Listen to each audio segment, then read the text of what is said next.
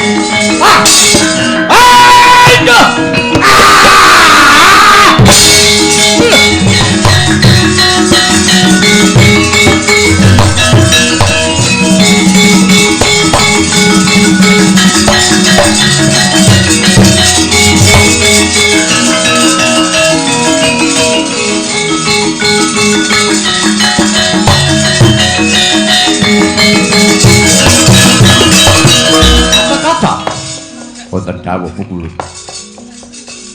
Piye Sekipu? Sampun kula pejahi. Wis mbok pateni. Sampun kula. Caramu mateni piye? Kula cokot. Wis nyokot ki piye kuwi? Wah, wis. Sekipu inggih nyokot kula. Lah kuwi ra buta. Buta iki bebas sekolahe. Nyawur kening, balang kening, nyokot ya kening. Ya oleh. Ya sakarepe. Ning tumraping kowe aja nggih saru. Kalajeng Guru. Ya, wis sepisan iki wae.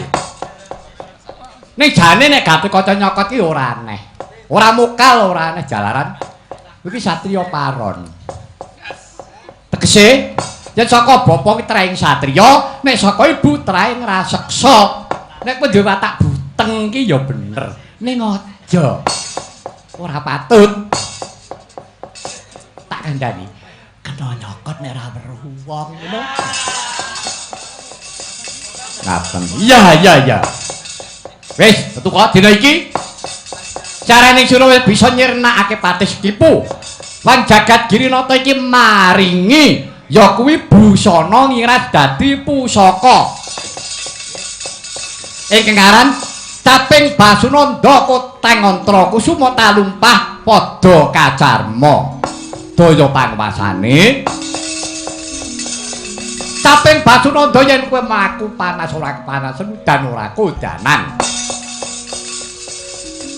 Koteng Antra Kusuma daya panguwasane kowe bisa mabur tanpa mletik, tanpa sutang, mlaku bengi tanpa colok, kowe weruh dalan. Mekaten Bu. Ya. Talumpah padha kacarma kuwi walungsungane Sang Hyang Bathara Antaboga. Daya panguwasane yen kowe ngambandir gantara kowe mabur, ngungkuli lemah sangar kanyuwaing tawa tawi tawar. Mekaten Bu. Ya. Wanti-wanti dawuh ulun. Gatotkaca yen kowe perang, kowe menanga kalao, kowe aja nggawa gaman. Sababipun menapa? Awakmu ki sarandune isine gaman. Upamane kowe kepengin godho kowe sarana cipta, aku kepengin godho tanganmu ki dadi godho. Kepengin candrasa, mung kari ciptamu, tanganmu iso dadi candrasa, kepengin keris, tanganmu iso dadi keris.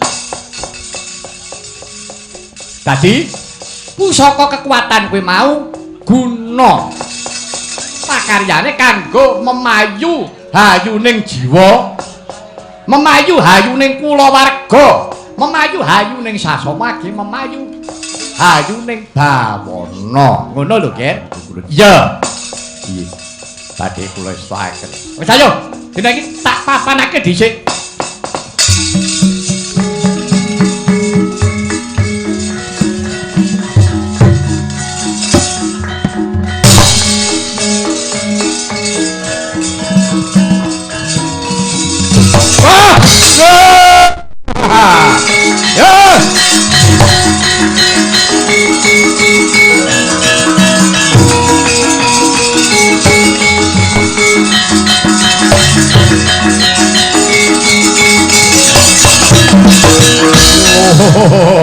Ladal ora nyono Sekipu jebul kowe ndhisiki gugurana madyaning palagan. Aku ratu Gustimu Prabu Kala Pracona ora bakal negakake karo kowe. Sekipu ora mati dhewe tak belani kowe Sekipu.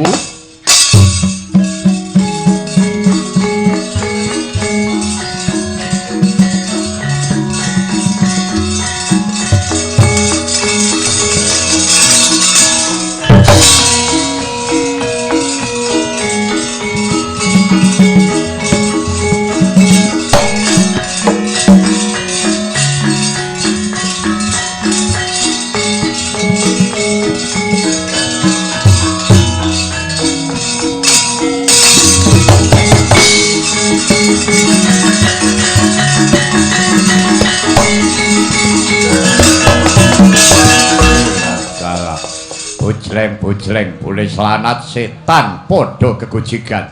Wah, sapa iki jagoning dewa? Takon karo aku jabang ketuka ya Raden Gatotkaca. Kowe sapa? Aku Ratu Kiskendhapura, Prabu Kala Prajana. Aku ora nrimakake patine Patih Skipu. Yen pancen kowe ora trima patine Skipu, ayo maju mrene susulake nyang neraka jahanam. Ah, keparat memanah sakti. Maju tabrak dong bantengan kowe.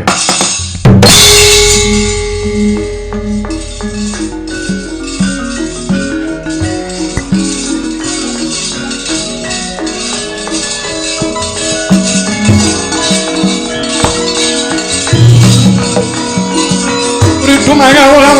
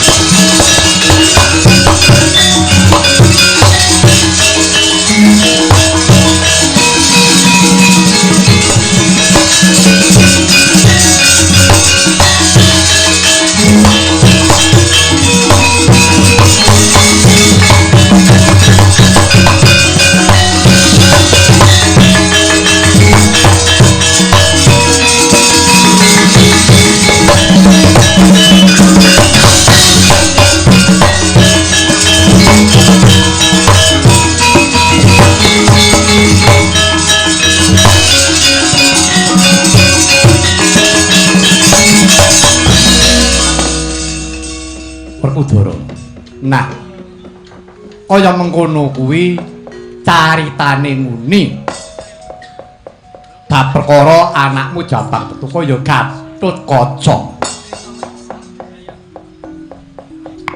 Ngerti ya?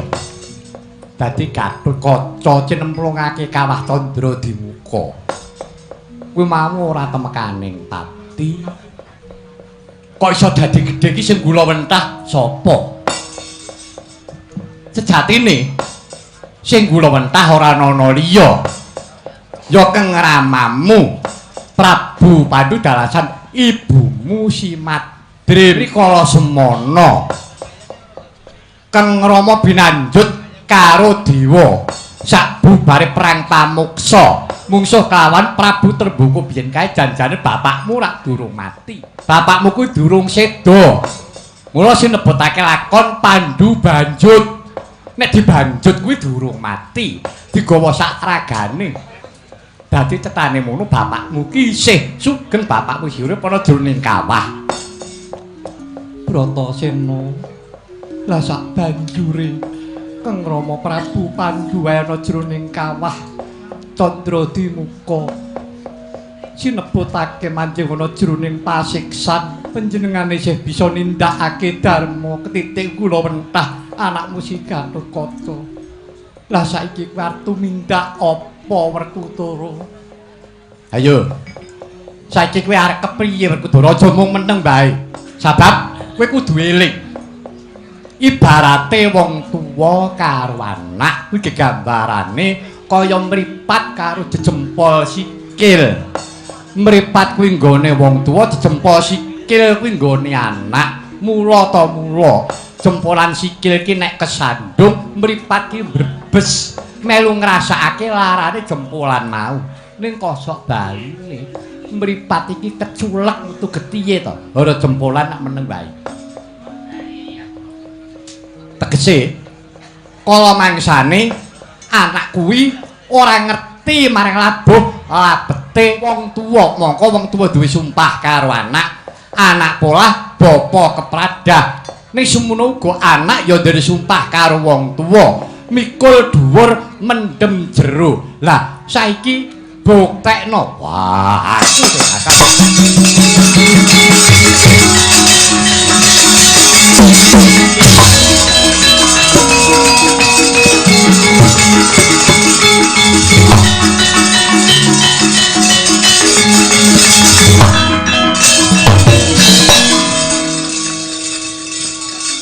Werkudara. Apa? Arep nyandi. Wah, aku arep nyuwargake bapakku. Arep nyuwargake wong tuwa ki carane ora kaya ngono kuwi. Kok dibedagal. Moro-moro kok tok cek delang tak tung. Apa dadi yen kaya ngono ki caramu? Pikiran cek ya Werkudara, dipikir kanthi wening, dipetung kanthi ganep. Aja grusa-grusu. Pancen kowe kepengin bakal nggonekake swarga. Kelawan wong atuhanira Prabu Pandhu wis to. Percaya kelawan pun kaki. Yen to pancen kowe lahir batin, mengko ora ana dalane.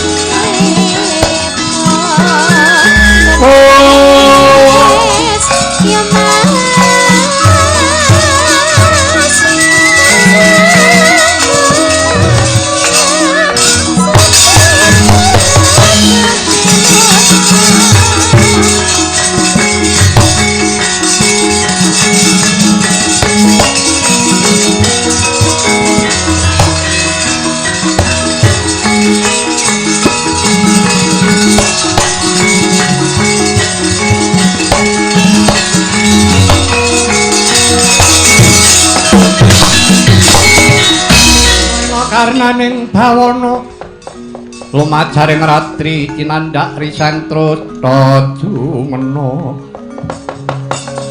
linenggak janggane rong binjang pecah kapisanan Bratayuda Buddha. Anakku ngger. Bima Mursid Bima Suci ya Werkudara aja kaget pun bapa ingkang prapta. Wah, bapa Durna sing prapta. Ya, ya. Tektiku tampanono. Ya, tak tampa. Pangestuku lumintu marang sira kuluk. Ya, tak pun didadya jimat. Remban. Kula ngaturaken sumung kementang tekti kula mugi konjuka Remban. Ya ya kumbayana ora dadi. Apa tak tampa tiba padha-padha. Nger. Bima Suci. Ana dawuhmu apa? Ngene ya, Nger. Sejatinipun bapa iki kadukan kelawan ingkang Raka Prabu Duryudana. Ya dumadi munggonmu jumeneng Pandhita Pertapan Arga Kilasa iki. Kang Raka Prabu Duryudana duweni panyakra bawa yen to sira iku bakal kepengin njaluk kamukten baline negara Ngastina. Mongko aku percaya babar pisan ora dudu kuwi sing mbok karepake. Lah tundone aku sing ketiban anget. Bratasena biyen meguru karo Begawan Durna wong pinter. Iki arep ngalahke karo aku Begawan Durna ora iso nundung Bima Suci. Karena pocot penunggu hafal tugel gulumu. Aku bakal nampa pidana sing abot, Nger, Bima Suci.